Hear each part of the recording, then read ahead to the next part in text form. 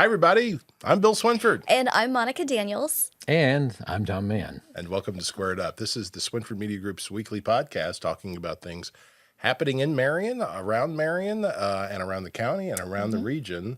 All the best stuff. We love good stuff, and we love to share it with you. And we got some good stuff to share today, including some good news that has come out of City Hall in Marion, because there is something that's happened that's going to really kickstart this Star Bond development. We're going to talk to Cody Moak. Tom, you know Cody. Sure do. Yeah. The chief of staff, City of Marion. Yeah. Just a great guy. Always wears a great tie sometimes, and he has one on today. Does he? Does he? Yeah, Well, so Cody, Tom has seen Cody. him. We haven't seen Cody yet, but he's joining us via, I say Zoom, but it's not really Zoom. Zoom is kind of what everybody calls it, but it's a video call that we're going to do with him to do an interview. And He's joining us remotely. That's what it is. you remember when we were Remotely. kids and they would say, well, it's like the Jetsons. The Jetsons was the first to kind of give you an idea of what a video call was that's right. going to be like. They had The the big Jetsons. They were visionaries, weren't they? They were, yeah. George Jetson would get on there, and Mr. Slater. No, that might be. I think that might be Flintstones. Yeah. His boss, The whatever boss. his boss's name was, would come on, Jetson, Yeah. like that, and talking to him, and then I was like, well, that doesn't seem that great to have a video call. Hey, they did this in Star Trek, but really in Space 1999. Oh, is that right? Did you ever see that series? Was No. that? Oh, you guys supposed to be a little bit younger, but yeah, we it are was like a little mid 70s is when that one came out. So What was it called? Space 1999. Wow. Don't know Moon Base Alpha? Yeah. We started storing all at the late 90s or late 70s. We started storing all of our nuclear waste on the moon. For some reason, all erupted, and the moon took off in the galaxy. And the moon base had to keep going on, and it was just traveling around the universe. So yeah, Who was in that show? Anybody I know?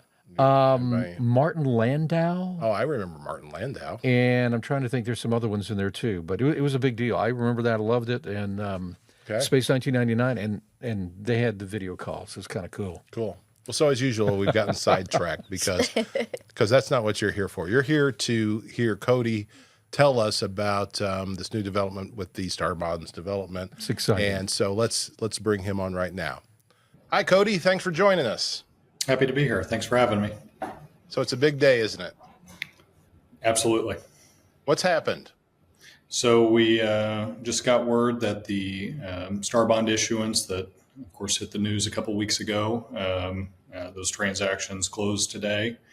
And we sold the bond. We sold enough bonds in order to proceed with the project in full. So actually, the bonds were oversubscribed, which means we oversold the bonds by seven times what we were asking. So what that tells us is that there were a lot of people interested in this project. There's a lot of people interested in Southern Illinois. This is a unique project, and I think that drew some interest as well. But what that means is we're able to lower the interest rate on those bonds as a result of that oversubscription.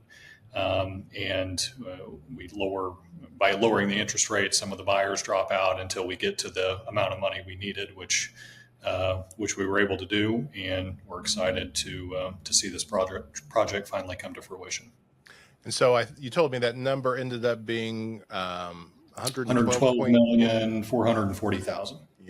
Yeah. And you had under the ordinance that you had passed, you had 125 million. Was that a limit you all put on it? Is that a limit the state puts on it? No, that was between us and the bonding agency, our bond underwriter, Stifel, out of St. Louis. The way the revenue is derived for a project like this, the goal is that you only issue enough bonds that could be covered by the revenue study that supports the ability for us to issue the bonds in the first place. And so, 200 million or 250 million would have been too much. The cap that the ordinance put in place was 125 million, but it was more important that the interest rate was a little lower rather than us being, 10 or 12 million additional from where we were. So we're happy with the lower interest rate. We got the right amount of funds sold on this project. Some people, including myself, don't have a real firm grasp on how bonds even work? When we talk about the Stiefel Company selling the bonds, who are they selling the bonds to? Interestingly enough, out of that 112 million, a million of that was sold to what they call retail buyers or individual buyers. So it could have been anyone locally that Just wanted a piece of it. is active in investments and that sort of thing, and wanted to diversify their portfolio a little bit. And any of those things could have happened, but typically the buyers that bought the larger chunks of these bonds are your Goldman Sachs of the world, Invesco, some of the larger banks that really see the benefit when they are able to buy a large chunk, get a little higher rate of return than maybe a treasury bond or something like that. These bonds were federally tax exempt, so they receive that benefit as well. There is the guarantee of the return on their investment. Well, the guarantee is a little risky on a bond like this because it's only backed by the sales tax, the future sales tax that'll be produced by this project. So they're a little riskier, which nets a higher interest rate for them. And so I think those two components, you're talking about multi-billion-dollar organizations. So at the end of the day, while 112 million is more money than I can comprehend, realistically, it's a drop in the bucket to these types of organizations. So you think high risk, high reward, they're able to net a higher interest rate. So ultimately, it's worth the risk to them. So how does this affect the developments that's happening in Marion right now? So this is the catalyst. This was the final piece of the puzzle, if you will. So we've seen plans now that have matured over the last few years. We've worked with the state of Illinois closely on this project as ultimately the Department of Revenue regulates this process. And so today really is the culmination of really 4.5 years of work in the short term. In the long term, it speaks to more of a 15-year history of the ability for today to happen. And we're just grateful that obviously today has happened. So from here, within a week, the bonds will close. I believe the 13th of next week, that's all scheduled to close. And from there, funds will become available for the construction. And it's an important note that this isn't a handout to the developer. The developer shares in these proceeds and will bring $112 million to the table on their own. They've already brought every dollar to the table thus far. And so on Thursday, they will be reimbursed for some of their investments. But make no mistake, the $112 million that the city has bonded, not on the backs of taxpayers, but on future sales tax revenue, is only half of the story. It's only half of the money dedicated to this project, and the development team's bringing the other $112 million plus. Well, and you said it was based on the studies that were done on projected revenues, and I'm sure those were conservative numbers to begin with, but there's also all the other private investment on top of it that is coming into play now. You said they're bringing 112. I mean, was it set up to be kind of a matching funds thing? Is that how that works? Yeah, within the legislation, 7 years into the development, that has to be a 50% share. If it's anything more than that, then future funds would be withheld from the development team. We're already starting in a better position than that. So I don't know what the next 7 years holds, but there's unlikely to be a scenario where the development team has less than 50% of the investment in the project. And so, it's set up as a share. The development team has to come to the table. The city and state, through their sales tax mechanisms, come to the table.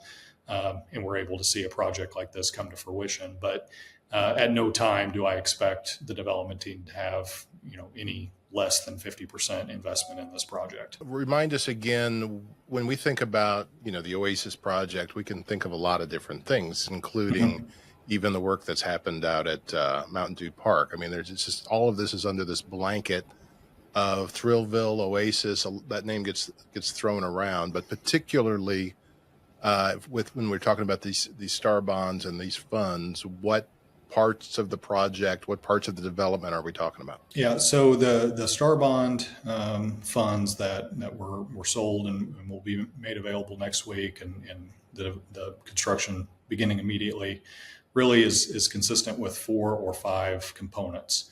The mall renovation which will be split into really three projects. One will be retail space for Oasis Outdoors, which is a requirement of the legislation. At least 150,000 square feet of retail space has to be part of the project. And so the mall having 300,000 under roof, it will make up for most of that space. Additionally, within the mall will be the family entertainment center. You saw in those renderings that'll include a go-kart track, virtual reality, bowling, things for teenagers and younger kids to do, and a place where families can spend time together, I think is a good thing.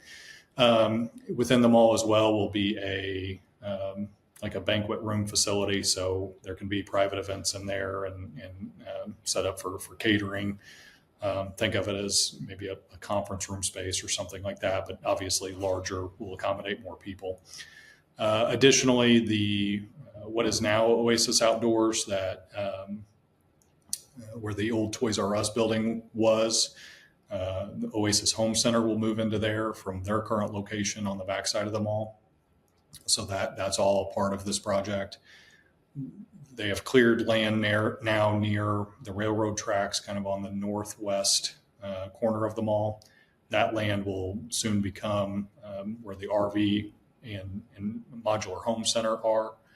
And then the project that I'm probably most excited about, just because it's so unique to our area, you have to drive at least 2 hours to see anything like it, would be the Oasis Fieldhouse component, which will be on the land essentially behind Walmart, that if you're standing at Dillard's and looking at the sports complex, looking towards the sports complex, will fill that space. So you're talking about a large netted area that will allow for kind of an interactive driving range concept, as well as indoor and outdoor pickleball courts, an 18-hole quote unquote championship level putt-putt course, and then an interactive batting cage facility. So if you get a desire to try and hit a home run at Busch Stadium, you can do so digitally through some of that offering. So again, we're just filling that niche of something for kids and families to do. I think I made the comment somewhere along the way that, dating back to when I was in high school, there was always that thing of, there's nothing to do locally for teenagers. There's nothing to do for families. This is checking so many boxes that I'm more excited for the family components, I think, than I am the retail components, which are really the main driver, but that's just my personal preference. But, those are the main projects within this first project. And the goal is, like we've seen with other businesses in town, we talk about this. We're not in a position where we're out on the phone every day calling the Olive Gardens of the world saying, come to Marion. I wish we had time to do those things, but we don't. And so, Chick-fil-A came to town because Olive Garden came to town. These retailers are smart. They see these large projects move into areas, and it piques their interest. And if Marion's good enough for Olive Garden, it's good enough for Chick-fil-A, it's good enough for Raising Cane's, and so on and so forth. So I think the public thinks a lot of times that these projects are stuff that we have sought out, and that's not always the case. This project in particular is a product of the development team and what they feel like really puts us on the map. And I think it all dates back to maybe when Mayor Apsher was running for mayor and saw a re-envisioning of the mall as a destination for entertainment, and maybe people will shop while they're there, which seems to be kind of the new concept of the old mall concept. So you hook people in by giving them something to do, and then they're going to shop and they're going to eat while they're there. And so I'm excited to see that vision finally come to life. And it's been a 5-year process that started with the mall in bankruptcy, if you remember that. So it's been quite a journey, but this is really the best case scenario, I think, for that area of town. And we're so excited to see that development come to life finally. The excitement build and this becoming infectious. Part of that will come with actually seeing the dirt moving. I mean, we've been talking about it. I was saying earlier that some of these plans and even the steps toward them that seem so positive that we would put out there, people were, some people were still skeptical, a little cynical, and These things take time. these things take They time. Going back to when Mayor Absher was first elected, he's now in his second term. This vision was cast out there. We knew it would take time, and honestly, I'm continue to be startled at how much has happened in a term and a half. But I'm confident that as people see this finally happening, especially around the mall, which has been the big piece there that people just really had hopes to see turn around. Now we're going to see it turn around, and there's work that's already been done inside by the owners and the developers as they kind of just preparing for this next big step. There's work to be done outside and inside now. Huge work to be done, obviously, both places. Do we anticipate that we're going to see a lot of this construction happening at the same time, or is it going to go in some kind of an order? I know that, No, there's absolutely. hopes to get it done within a couple of years here. So I would think Yeah. there's going to be stuff going on everywhere, all these places. Yeah, it's really unique because in a situation where bonds are issued, it's not like going to your local bank and getting a construction loan and building a new home, and the bank understands the risks of doing that. These bond buyers, what we're told is that they have no interest in taking on construction risk. And so the story we had to tell in order to get these bonds sold was that obviously the funds are needed for construction, but construction contracts are already in place. And I expect as soon as Friday to see some serious action out there, because they don't want to have these bonds sitting out there without repayment through sales tax for long periods of time. So there's a very tight timeline in which they expect these projects to be built out. And we're fortunate for the local contractors that have been willing to step up and meet those deadlines and commit to meeting those deadlines. And so it will be rather warp speed, I think, from here to see those projects get finished within 24 months is probably safe to say at this point. So you're a young dad yourself. You've got a young family. You're grateful and thankful and excited to see this sprouting up for your family to get to enjoy for years to come. Local families having a place like this to talk about, like you said, so that can no longer be said. There's just nothing to do. But the other part of this is the sports tourism that's bringing in young families and folks off the interstate and from miles around to come and participate in the sports fields that are now under construction, and then have this as a place, including the hotels, a place to visit, stay, and enjoy as well. The sports tourism piece of this, those fields have been under construction for a while. That's not related to this to the Star Bonds. Is that right? That's correct. So nor did the impact of those fields go towards the revenue study that justified the bond issuance. So we were careful not to include that from a fiscally conservative standpoint. We didn't want the sports complex to influence the bonds. And so but we do want the sports complex to influence the payback of the bond. So the idea is that, the study that suggested that the sports complex would bring in about 230,000 individual people per year, which equates to about 80,000 hotel nights per year additional.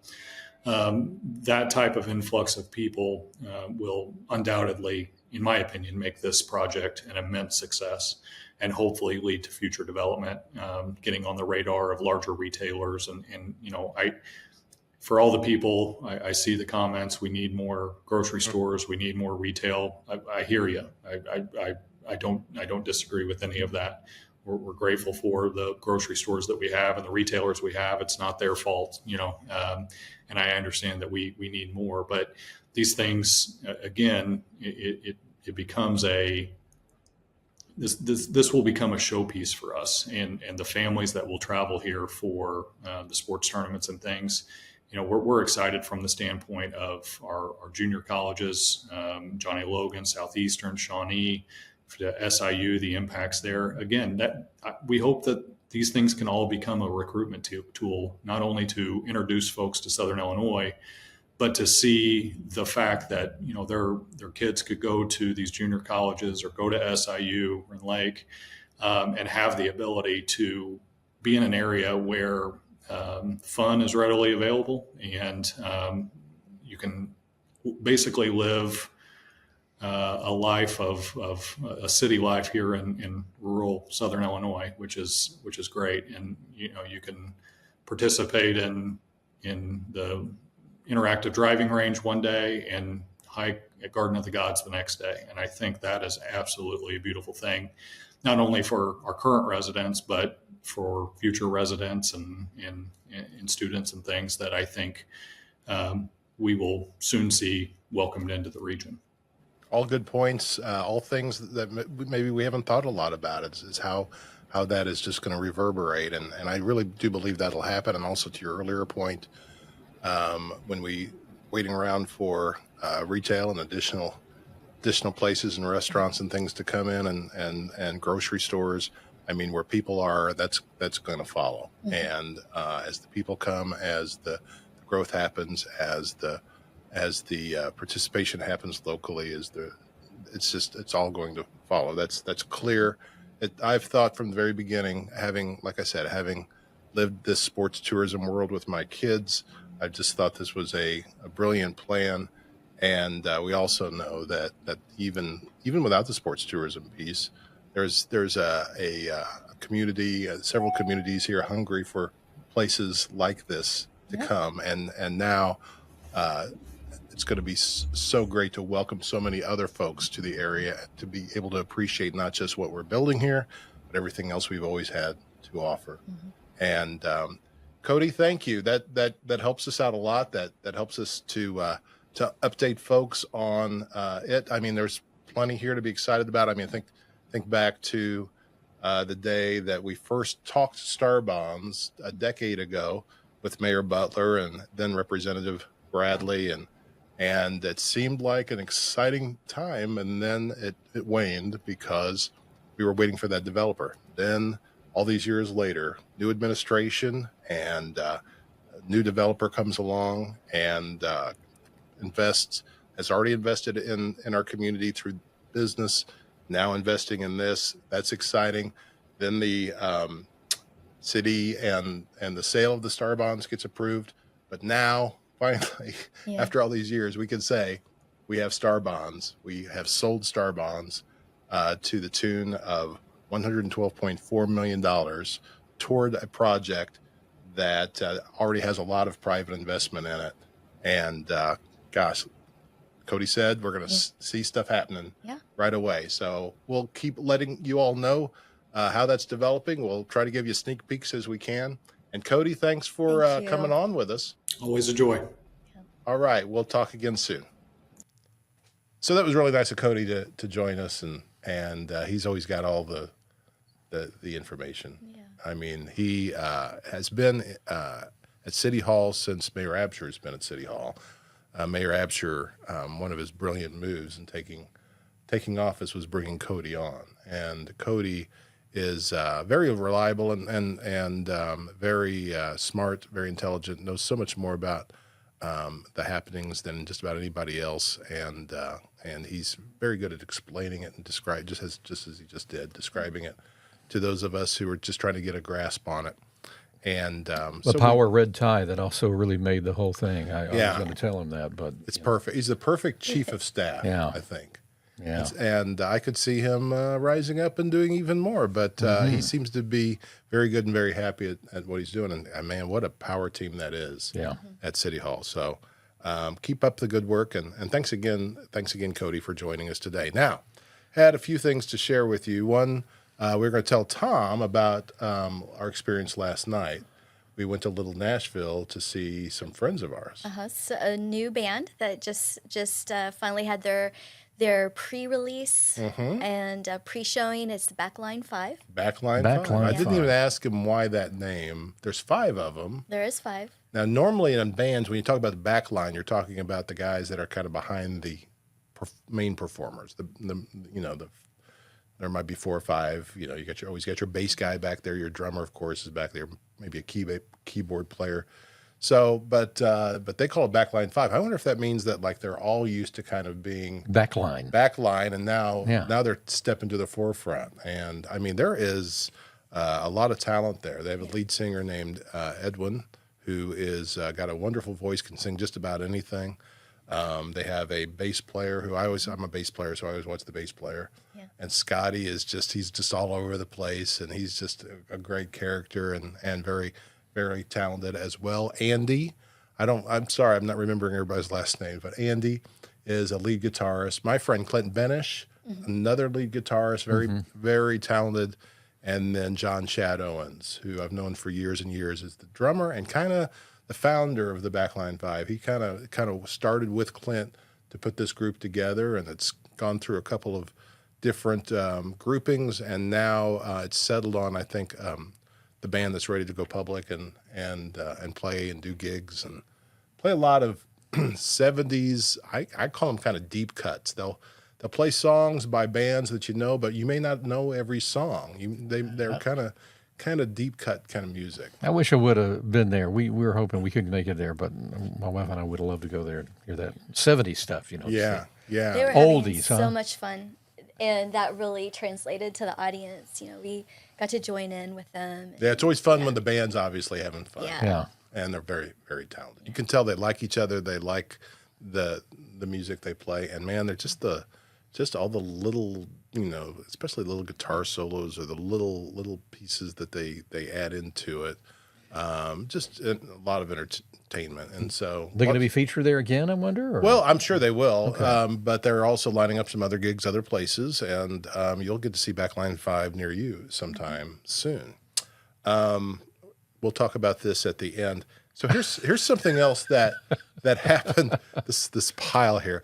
There's something else that Monica didn't get to participate in today, but I wanted her to bring her into this. Okay, Monica and I are in what's called a mastermind group, and this mastermind group comes together at the Ethos building, at the Citadel building in downtown Marion, and we meet together. We're kind of doing a book study on leadership.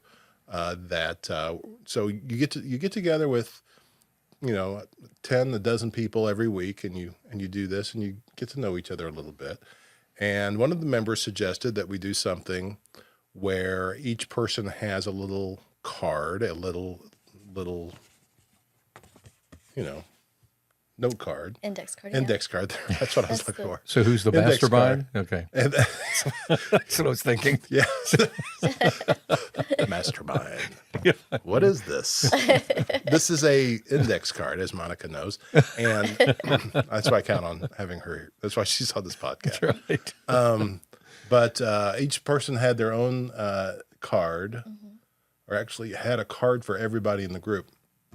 And the challenge was, even though some of us have only known each other a few weeks, was to write a little something about that person and how we experience them. That's the way it was said. How do we experience them? What's some of the things we appreciate about them?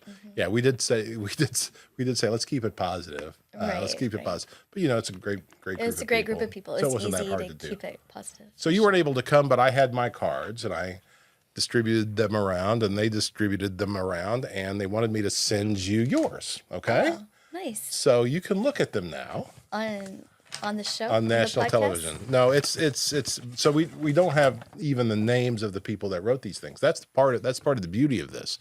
You get what people have said about you, but you don't even really know exactly who said it. It's just words of encouragement. Okay, so I'll let you look at yours. I'll mention a few of the things people said about me. this is a person, and somebody in the group just like wrote one word on everybody's card. My word was calm. Calm. I'm Wow. calm. Yeah. Yeah. Sweet. Not everybody would agree, but I can be calm. Other words. Wow.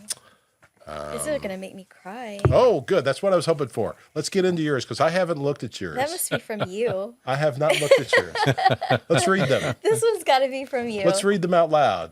This has got to be from you. You don't know that. I bet it is. Well, don't read that one yet. Read the other ones out loud. What else you got? Okay. These are people describing Monica as they've come to know her. Okay. Fun, deeply spiritual, caring for people, Yes. always seeking truth. Mm-hmm. I love your passion for God. I also love to see your love for Bill. Oh, Yeah. Confident, approachable. Wait. Did Bill write that one? No. Okay. He didn't. Confident, approachable, friendly, kind, gentle spirit, follower of Christ, joyful. Your strong character and presence builds strength where people need it the most. Your light shines bright. The most beautiful, tender-hearted, caring, and spiritual person I've ever met. Nobody like her anywhere. who wrote that? You did. You wrote Wow. I hope it was me that wrote that. this. Yeah. I thought he would say hot, Yeah. bodacious. I don't know what you would say, but So many words that we can use about Monica. He, Look, my he hasn't card- said Bodacious. bodacious, What is before. bodacious? He has called me hot. But bodacious has Bodacious. not come I'll out. start using that one. I don't know where I came with that one. That was Well, mine aren't near as nice. I'm sure they are. Mine are just like, Let's hear he's okay. Yeah. But it was fun. bearded. Bearded. There we go. Yeah, right. He's prompt. He's on time. How about that? Wow, that's really good. Yeah.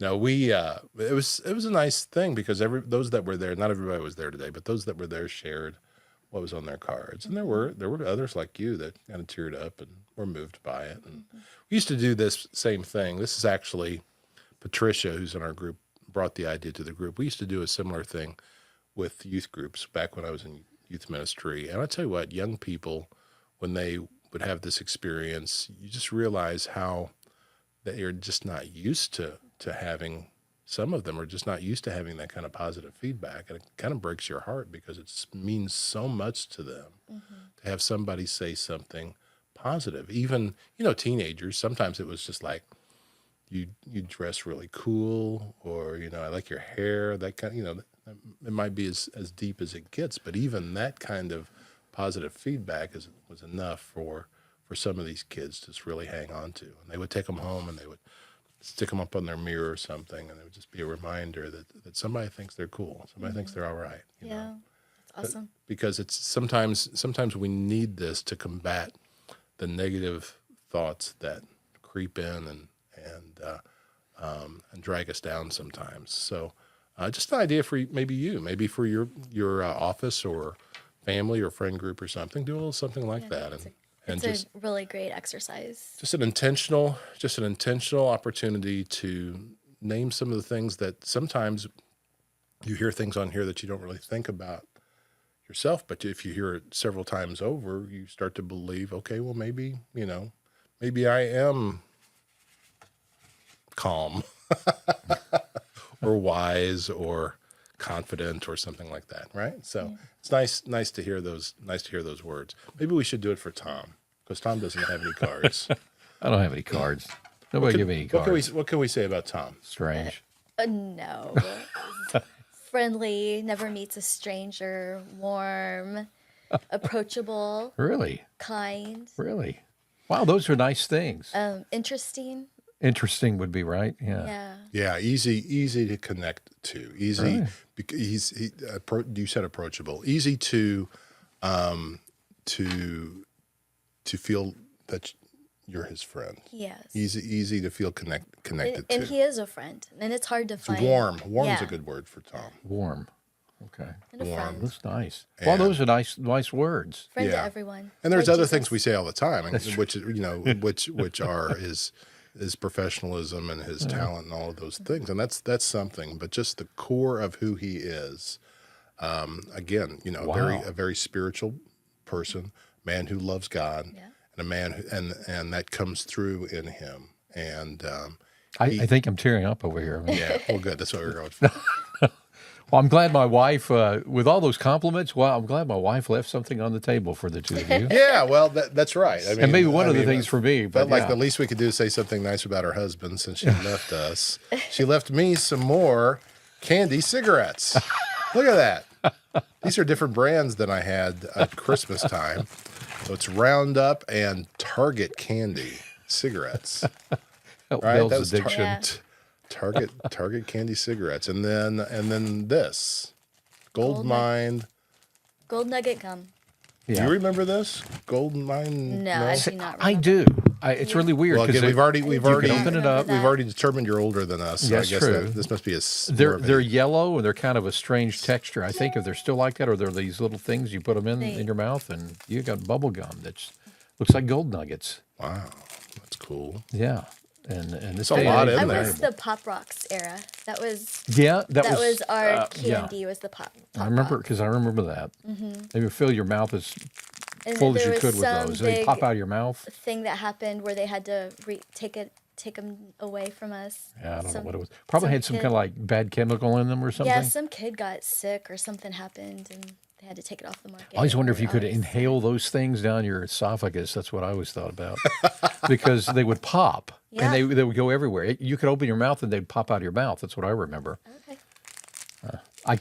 Of course, I did those things. You put them on your tongue and They'd pop they'd leap out, off. Yeah. So it's, Leap go off. up to your friends and you would pop them in their face. That kind of It was a thing. little bit of a job getting that out of there. So this is a little bag that's got another plastic bag in it. I bet back in the day they didn't have the No, additional no, plastic. no. There wasn't a bag. plastic bag back in the day. They No. just threw it in there, and whatever got like- in there with it was Just like fine. you remember how it used to be when you would go trick or treating when we were kids. It's like they just throw just raw stuff Yeah. in there. They weren't making No. sure it was individually wrapped at all. What were they? No. They didn't have wrappers and stuff back then sometimes. Do they taste good or not? I can't remember. It seemed like They're they were hard. hard. I remember that. Tastes like gold. That's interesting. We'll see if they turn it, if they're Oh, going it tastes like bananas. Is that what it tastes like? Well, Okay. artificial bananas. Artificial banana. Not real I'm bananas. sure it's probably, Remember has some kind of food dye in it that's not the good for you, but that's okay. wafers- The wafers that they used to make. What were those called? Mm-hmm. You do know. That's what it tastes like. I know what you're saying. Kind of powdery. And then we have the little sugar things on the table too. Those are really These are good. These are Tom's favorite. They're like a shot. They can We determined during the holidays that he loves these. I never really got into those because I just Well, you chew the wax. The wax is weird. You chew the wax. That's what I couldn't. you I know. couldn't even bring Do myself to you chew wax. choose the wax? I used to chew the wax as much as I did the other. And then you remember the teeth the wax teeth you used to have that I you put remember around? this. Yeah. Well, during the Christmas show, I got caught smoking one of these candy cigarettes, and then I heard from the Surgeon General, and so I can't do that anymore. We'll just chew them this time. Surgeon General and the FCC got together. Anyway, thank you, Vicki.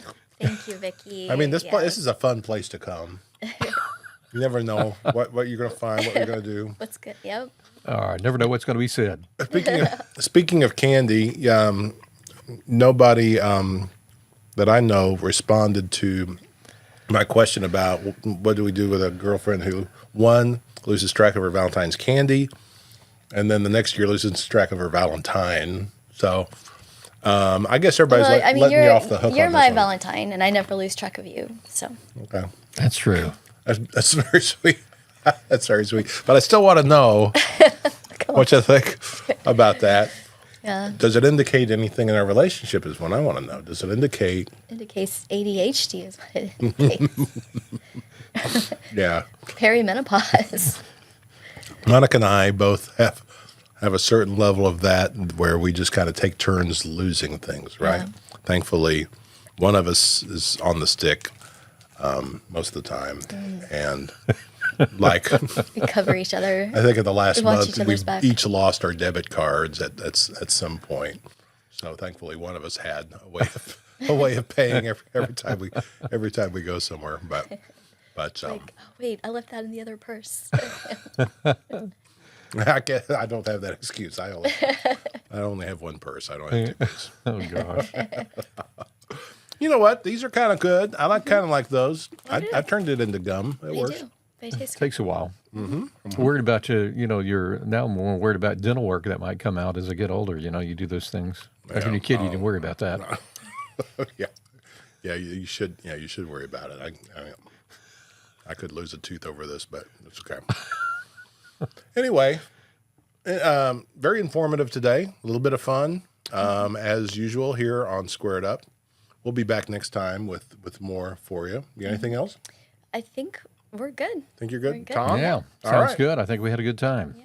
And thank you, Cody. Thanks for tuning in again. Again, if you listen to the podcast and don't watch it, you may want to check out this version on YouTube. Some of those things that Cody talked about, referencing the different construction projects that are happening. We'll throw up some architects' renderings of those if you haven't seen those yet, so you'll know what he's referring to. But before long, we're going to no longer need the architects' renderings. We're going to actually see these things coming to pass, and we'll do our best to keep you up on that. And of course, follow the Swinford Media Group on Facebook, WFCN News, Marion Star, Heron Independent, Carterville Courier, and then we have our three publications: Marion Star, Heron Independent, Carterville Courier. We have the podcast. We have other stuff. Just follow the Swinford Media Group every way you can, and you won't miss a thing. We appreciate you following us and sticking with us and tuning in. And we'll see you next time. Bye, everybody. Bye. Bye.